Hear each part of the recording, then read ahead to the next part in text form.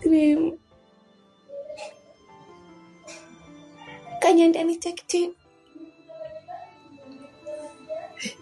Nataka niishi hapa tena.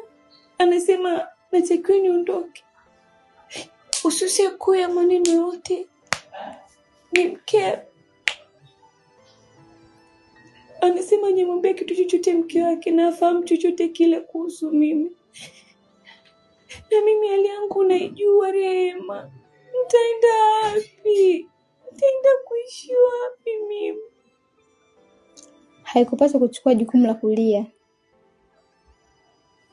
Ungeniita mimi mdogo wako pembeni, ungenielekeza, ama pia ungemwambia hata Kanyanda, ungemwomba msamaha.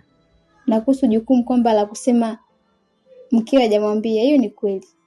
Na mimi kila siku alikuwa ananiambia usije kumwambia mke wangu.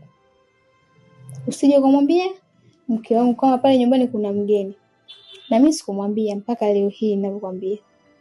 Aliyakuwa yule ndo dadangu, kila jambo litakao nikuta lazima nitamwambia. Kwa unapochukua jukumu la kulia, mimi sioni sababu ya kulia hapa. Unapenda kunifariji na kunipa moyo. Utafanyaje mdogo wangu na wakati wewe mwenyewe umekaribishwa tu hapa Rehema? Sio kwako. Mwenye kwake mwenyewe anitaki Rehema. Kwa sababu mimi nipo. Usijali dada yangu. Nitaenda kuongea naye. Kaa kwa amani, tulia, acha kulialia. Sawa. Basi futa machozi. Mama.